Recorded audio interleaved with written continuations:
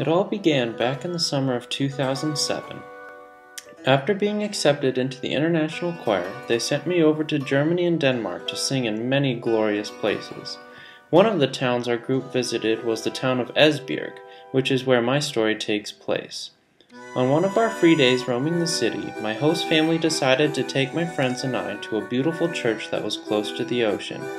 As we entered the church, I looked up and gazed through the diamond-shaped window that reached to the heavens on a cloudless day. It was bright and beautiful, and looking around the church was even better, considering the walls were decorated with gold ornaments and stained glass windows. Besides all of the beauty surrounding me, I felt a strange feeling around me. Once we left through the side door of the church, I froze as I looked over a cemetery plot not further than 30 feet from me.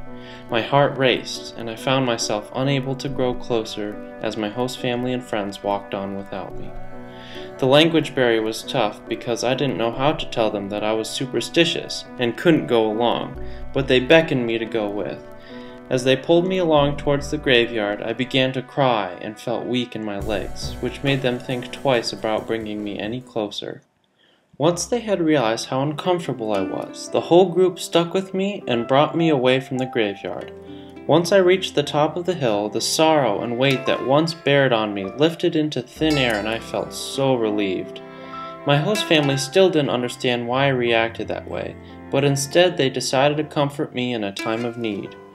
Only a few minutes later, we arrived at the ocean, where I took in the biggest breath of fresh air and began to relax as friends and my host family surrounded me. My friends were a crazy bunch, and they didn't judge me for my beliefs. Instead, they showed me how strong friendship is and how family and friends can provide the greatest comfort anyone could ask for.